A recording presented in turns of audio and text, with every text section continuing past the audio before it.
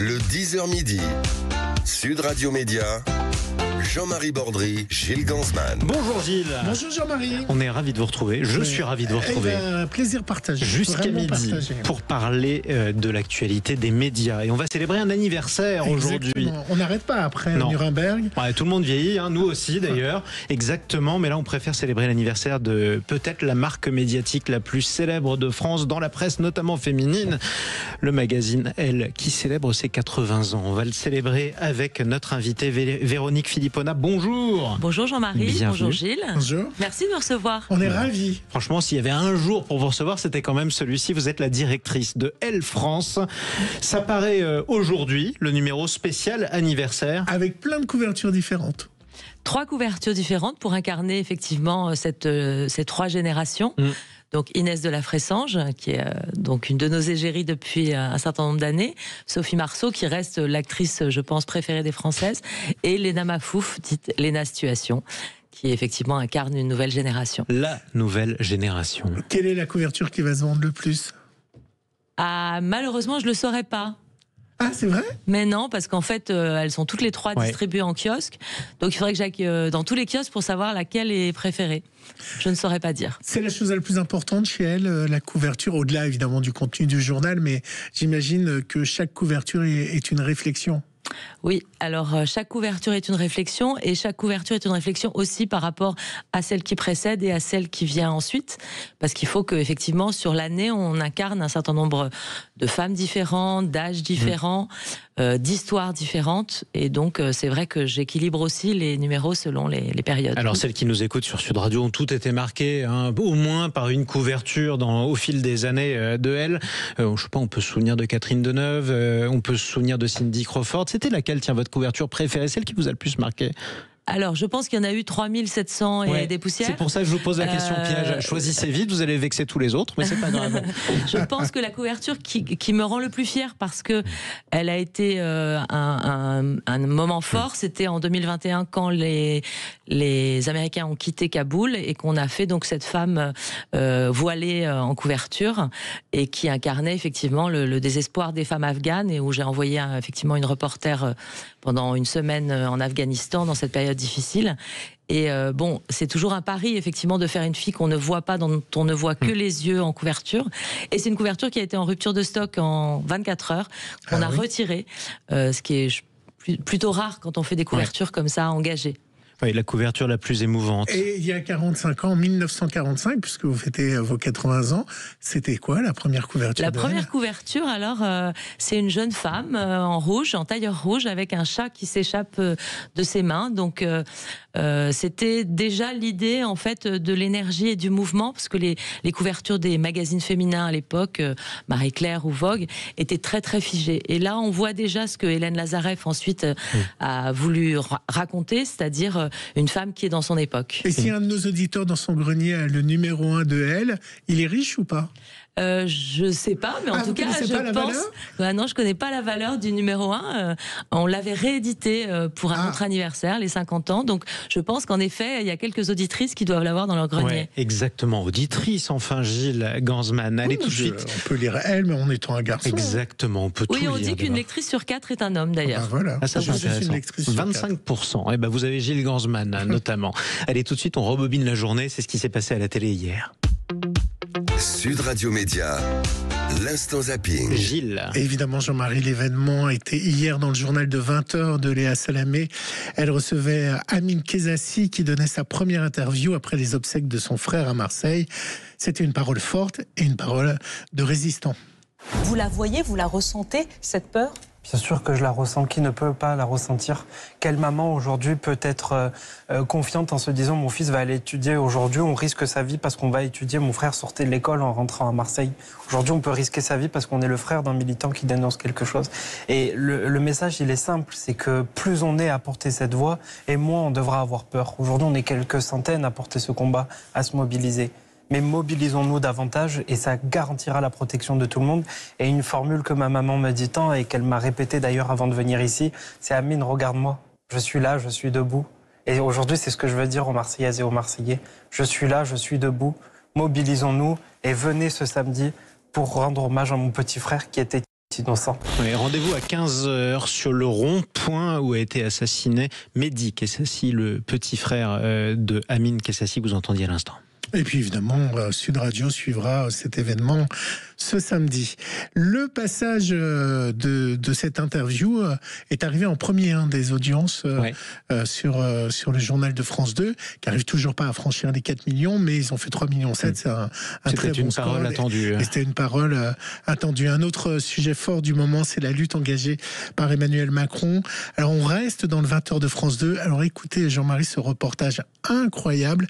La DZ Mafia a créé une base arrière à Anderlecht. On part en Belgique et là-bas, ils ont fait la même chose qu'à Marseille. Une vingtaine d'impacts de balles. Un habitant qui entreposait de la drogue chez lui, assassiné. Il est mort. Cette scène se passe dans la cité du Peterbos à Anderlecht. Un quartier fréquenté par des dealers de Marseille issus de la Castellane. Sur les murs des deux cités, les mêmes inscriptions. Le menu et les tarifs de la marchandise. À quelques mètres de là, dans ce restaurant social, une employée nous livre un autre indice. J'ai entendu l'accent marseillais. Ils m'ont demandé pour aller aux toilettes. Ils sont toujours là, ceux qui ont l'accent marseillais ou pas? Moi, je travaille, donc je ne sais pas ce qui se passe dehors. Les dealers de la Castellane auraient-ils pris le contrôle de cette cité de Bruxelles? Une certitude pour le maire, les Marseillais ont importé ici leur méthode.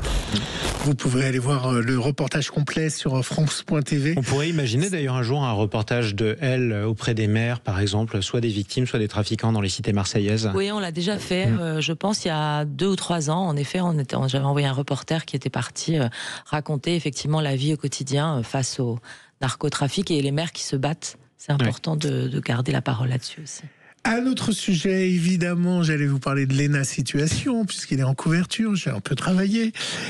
J'ai du mal à savoir si les influenceuses sont des concurrentes du journal ou sont plutôt des partenaires du journal, parce qu'elles font un peu ce que faisaient les journaux avant, c'est à présenter des nouveaux objets, des nouvelles tendances. Alors elles se font rémunérer, vous le plus souvent c'était du journalisme. Est-ce que ça a changé la donne? Alors je pense qu'elles aiment aussi être appelées aujourd'hui créatrices de contenu et pas influenceuses. Donc nous on parle de créatrices de contenu et je pense que on noue des partenariats effectivement et des liens comme ça avec notamment Léna Mafouf, dont c'est la 3e couverture. Et ça fait déjà, c'est la 3e couverture qu'elle fait du magazine Elle. Oui. Donc là, elle est en kiosque, je le rappelle, Léna Mafouf, donc Léna Situation, en d'une des 3 couvertures du magazine anniversaire des 80 ans de Elle qui paraît aujourd'hui. Alors, faut dire qu'elle est très médiatisée en ce moment. Elle était donc quotidienne. Elle sera samedi à la Starac. Enfin, elle a même été dans le château de la Starac. Et dimanche, j'ai gardé ce son parce que je savais qu'on vous recevait. Dimanche, elle était à 7-8 avec Laurent Delahousse et elle a parlé de Chine et de ses partenariats. Est-ce que vous êtes, oui ou non, trop dépendante des marques? Dior, Balmain, Prada, L'Oréal, H&M, Adidas. C'est une bonne question. Plus le temps va, moins. Mais c'est vrai qu'on est quand même dans un métier en fait, qui est similaire au vôtre, c'est-à-dire qu'on propose du contenu gratuitement, mais on a besoin d'avoir les sponsors et les pages de publicité entre les vidéos. Chine, vous auriez dit non? J'ai dit non. Vous avez dit non? Ouais. On vous l'a proposé? Oui. Ouais. Avec beaucoup de zéros. Avec beaucoup de zéros. Et vous avez dit non. Pourquoi? Non. Parce que je m'habille pas chez Chine. Et que tout ce qui va avec ne me plaît pas et je pense que ça ne plairait pas forcément à ma communauté. Est-ce qu'il y a eu des mannequins ou des modèles avec des tenues de Chine dans Elle? Et est-ce que vous avez un cahier des charges désormais par rapport à l'écologie et à certaines règles du respect de l'écologie sur la mode? Je pense que nous, avant tout, on parle aux femmes et donc on s'adapte à ce que veulent les femmes. Et je pense que les femmes, en tout cas les lectrices aujourd'hui, ne veulent pas d'un vêtement fabriqué à bas prix, éventuellement même par des Ouïghours. Donc je pense que c'est important aussi que le magazine Elle s'engage effectivement sur des marques qui sont souvent fabriquées en France ou en tout cas en Europe. Et je rappelle d'ailleurs que tous ceux ou toutes celles qui veulent découvrir des créatrices de contenu ou des influenceuses peuvent écouter Magali Berda Sud Radio tous les soirs du lundi au jeudi à 20h sur Sud Radio. Donc il n'y a pas de Chine, non, y a pas de Chine. Ni de publicité de Chine. Il n'y a pas de Zara par exemple non plus. Il n'y a pas Zara non plus dans Elle. Non. Vous avez des choix très précis. Disons qu'on travaille avec les marques qui nous semblent effectivement répondre voilà, à certains critères. À une éthique. Voilà. Alors, elle aime bien lancer des tendances, que ça soit dans la mode ou culinaire. Bon, alors, je ne sais pas si vous ferez un article dessus, mais alors en ce moment, la tendance sur les réseaux, alors, tenez-vous bien, c'est pour Noël. J'ai peur. Oui, la grande tendance, c'est les huîtres au Red Bull. Vous mettez du Red Bull dans les huîtres, c'est la tendance. Verser du Red Bull dans une huître, ça vous paraît peut-être choquant, et pourtant, c'est la tendance de cette fin d'année. Il se passe un truc. L'idée vient du chef étoilé Guillaume Sanchez, reconnu pour sa cuisine originale qui casse les codes. Et c'est toujours aussi délicieux. Et cette association culinaire entre l'huître et une boisson énergisante est tellement surprenante que tout TikTok a voulu l'essayer. Mais c'est vrai que c'est super bon. Comme si ce n'était pas assez insolite, les internautes expérimentent aussi la raclette à l'huître et le résultat semble convaincant. C'est très très bon. Alors, la raclette à l'huître, j'ai pas les mots, Gilles. Vous pouvez aller voir, ils mettent du fromage fondu sur l'huître qui chauffe. Et donc voilà, et le Red Bull huître, c'est un peu la tendance à la mode. Moi, je préfère prendre des huîtres avec un bon Beaujolais. Vous savez que c'est le Beaujolais nouveau, avec modération évidemment, qui est lancé ce soir. Puis on peut rappeler, si vous aimez le vin, vous pouvez écouter une Vino sur Sud Radio le samedi. Oui, le samedi et le dimanche à 13h. Ça va être la sensation de vendredi soir. La Pookie sera dans la place. Aya Nakamura fait la Starac. Elle a déjà été au château. Elle a présenté son nouveau titre, Stress. Là, je suis cash. Je l'ai vu débouler. Oh my gosh. Il veut tous mes goûts, tous mes trucs en moi. Allez voir un autre, c'est mort. Avant-goût, je l'ai choqué, kéké. Très éloquente, je l'ai fait bugger, kéké. Fais pas semblant, j'ai que t'es piqué. Est-ce qu'elle a fait la une de elle, Aya Nakamura? Je me suis posé la question. Elle aurait pu. Elle pourrait alors. Oui, elle pourrait, tout à fait. Pas encore. Faut le faire, elle a son nouvel album, elle va être en promo. Une bonne idée pour 2026. Vous n'avez jamais eu Aya Nakamura en une de elle? Non, pas pour l'instant. Vous l'aurez eu après l'Académie française, vous vous rendez compte quand même? On essaye d'être en avance, mais parfois on est pile dans l'air du temps. Parfois vous êtes devancé par les immortels. Aya Nakamura, pourquoi pas en une de elle un jour. En tout cas, on va parler de cet anniversaire du magazine féminin le plus célèbre de France et même probablement du monde. Elle, qui célèbre ses 80 ans, c'est en kiosque aujourd'hui. 3 couvertures différentes du même magazine avec Sophie Marceau, avec Inès de la Fressange ou encore Léna Situation. Restez avec nous sur Sud Radio, on se retrouve dans un instant. Le 10h midi, Sud Radio Média. Sud Radio Média. L'invité du jour. L'invité du jour n'est autre que Véronique Philippona, la directrice du magazine Elle France, qui célèbre ses 80 ans avec 3 numéros, si j'ose dire, anniversaires qui sortent aujourd'hui en kiosque, si vous nous écoutez, mesdames et messieurs d'ailleurs. Numéro historique aujourd'hui avec Léna Situation, Inès de la Fressange ou encore Sophie Marceau en couverture. C'est dans vos kiosques. D'autres actualités aussi, mon cher Gilles Gansman. Vous avez un livre, 1945-2025, un siècle féminin, coédité par les éditions Segers. C'est un livre qui retrace les 80 ans de style, de beauté. On va pouvoir en parler. Vous avez parlé des numéros qui sortent en kiosque. Et puis, il y aura un documentaire sur T18. Vous savez, la nouvelle chaîne de la TNT. Ça s'appelle Elle et nous, 80 ans d'émancipation. Ça sera diffusé le 24 novembre. Et puis, il y aura une soirée anniversaire au musée du Quai Branly le 10 décembre. Et alors, moi, ce que j'ai trouvé très bien, c'est que vous allez inviter des lectrices et fêter vos 80 bougies avec elles. Oui, tout à fait. C'est vraiment un parti pris qu'on a depuis très longtemps. C'est pour ça que le Grand Prix des lectrices existe aussi en littérature. C'est que en fait, ma patronne, c'est avant tout la lectrice. Et donc, du coup, j'aime échanger. Et effectivement, c'est des moments toujours privilégiés avec elle. Alors, 80 ans d'histoire pour un magazine. Beaucoup de choses ont changé. Le monde a changé. Les femmes ont changé. Qu'est-ce qui paraissait dans Elle, il y a 80 ans, qui pourrait plus paraître aujourd'hui, tiens? Donc on venait d'acquérir le droit de vote en 45 et je pense qu'en 47 ou 48 il y avait un papier comment voter, pas forcément comme votre mari. Ah oui, vous écrivez ça aujourd'hui. On apprenait aux femmes à voter, à aller chercher leur carte électorale, etc. Donc je pense qu'en effet en 2025 on ne l'écrirait pas exactement comme ça. Et est-ce que également la mode a beaucoup évolué? Quelles sont les premières marques qui ont investi dans Elle et les premières tenues? Alors à l'époque, il y avait des jeunes créateurs. C'était effectivement Christian Dior, dont on voit faire les débuts dans sa maison de couture avenue Montaigne, ou Coco Chanel qui revient effectivement dans les années 50. Et à l'époque, comme vous le savez, il n'y avait pas de prêt-à-porter, donc il y a même dans les années 50 un tailleur Chanel en patron qu'on peut se faire faire ou faire soi-même. Avec une couturière ou soi-même. Incroyable. Et donc voilà. Et dans les années 50 du journal. Oui. Il y a un patron, il y a le patron, je peux vous le sortir si vous voulez. Si vous savez coudre.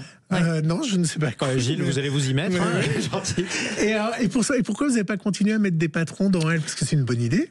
Parce qu'aujourd'hui, effectivement, ça existait assez longtemps. Il y avait une fiche tricot qui était très célèbre, où il y avait effectivement, je sais pas, Kenzo, Castelbajac, toutes ces marques de l'époque qui donnaient effectivement, qui dessinaient des tricots qu'on refaisait faire ensuite par effectivement une fille qui savait tricoter.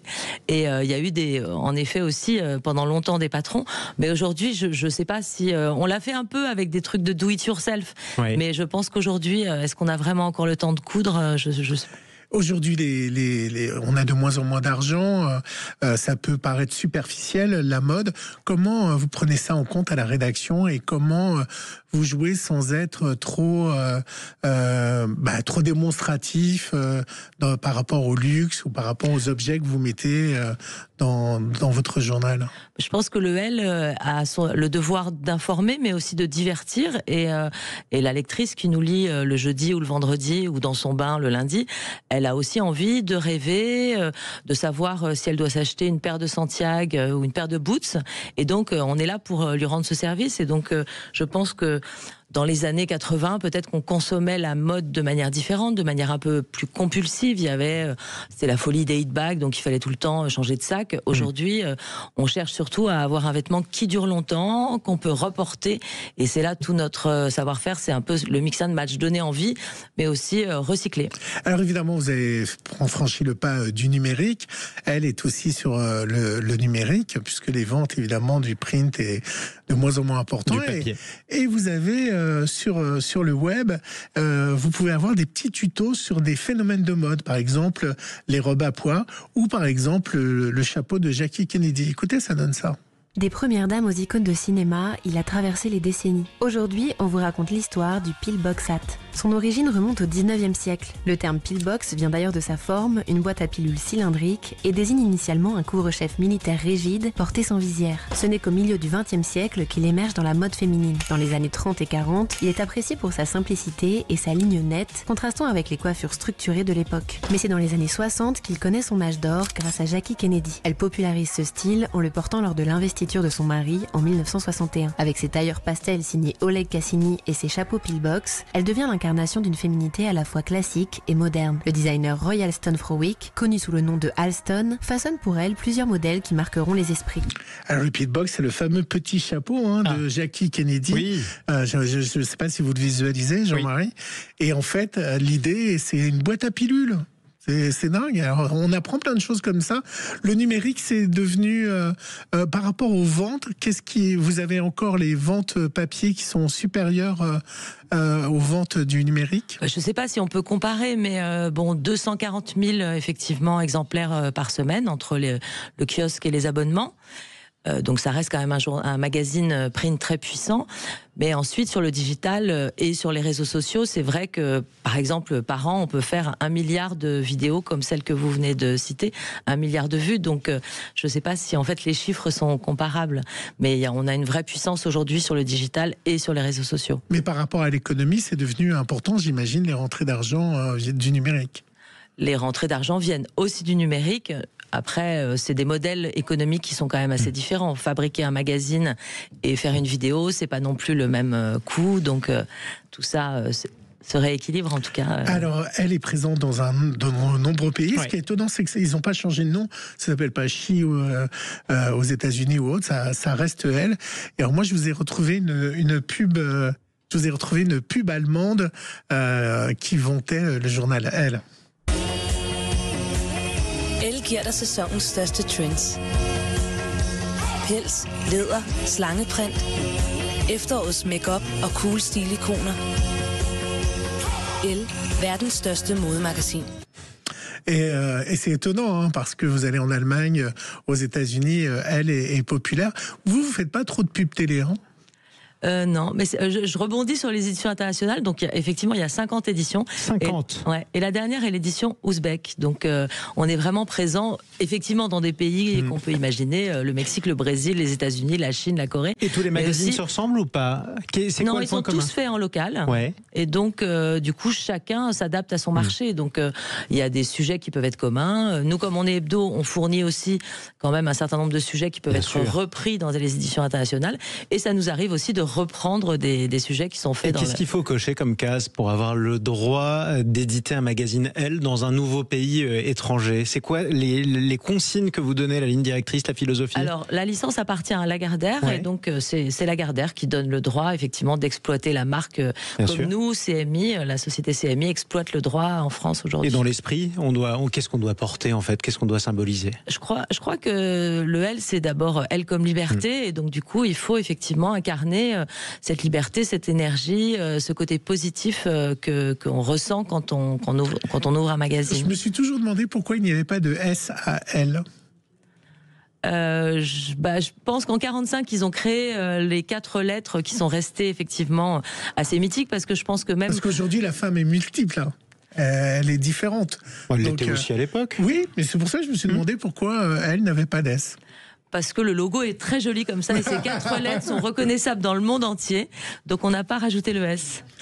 Donc voilà, 4 numéros à 3 numéros C'est laquelle anniversaire. votre préférée d'ailleurs, vous m'avez pas dit? Alors attendez. Léna Situation, vous avez sur une des couvertures du magazine anniversaire. Vous avez également Inès de la Fressange en rouge, triomphante, ou encore Sophie Marceau, l'air très sérieux en blanc. Eh ben moi j'aime bien Inès de la Fressange, mais moi ça m'évoque tellement de choses. Et moi je vote Léna Situation. Très bien. Tous d'accord, il y en aura pour tout le monde. Générations. Ben voilà, exactement. Ben ce sera Sophie Marceau. Et une 3e génération. Et Perico va prendre Sophie Marceau. Exactement, mais comme ça. Mais ça m'étonne pas. Justement, Perico Légas qui fait son entrée dans son studio, qui va rapprocher dans un instant le micro de sa voix. J'aimerais qu'on remercie notre invitée Véronique Philippona, directrice de Elle France. Bon anniversaire. Merci à vous, merci Jean-Marc. Merci Gilles. Merci à vous d'être intervenu sur Sud Radio. Elle, 1945-2025, un siècle au féminin, c'est aussi le livre qui est coédité par les éditions Segers et qui paraît justement pour célébrer cet anniversaire. Après elle, place à lui, Perico Légas. J'ai grandi avec elle, vous avez compris? Bah oui. Voilà. Évidemment, j'ai compris. Alors, Perico Légas, la France dans tous ses états, juste après les infos de midi. Je vais vous parler de mon humeur. Est-ce que nos paysans vont pouvoir continuer à nourrir la France? Voilà. Deuxièmement, un pognon dingue, quand même dire Monsieur Macron. Oui, celui qu'on balance par la fenêtre pour des projets bidons. On va taxer la cigarette électronique. Bon, voilà. Le RN ne veut pas de taxe de 2 € sur les petits colis chinois. Curieux. L'intelligence artificielle est en train de virer au cauchemar pour certaines entreprises. Et puis bon, on va rendre hommage au courage d'Amine Kézassi. Oui. Et puis le Beaujolais nouveau est arrivé. Une petite pointe de bonheur. J'en parlais. Une petite pointe de bonheur. Est-ce que c'est vraiment du vin, le Beaujolais nouveau? Non, c'est le seul vrai vin. Tout le reste, c'est pas du vin. Ah oui? Ah, c'est le seul vrai vin. Mais on va en parler dans un instant avec vous, avec modération, mon cher Perico Légas. Sud Radio, c'est la modération radiophonique. Toujours, de midi à 14h. Merci à vous, juste après les infos. Sud Radio.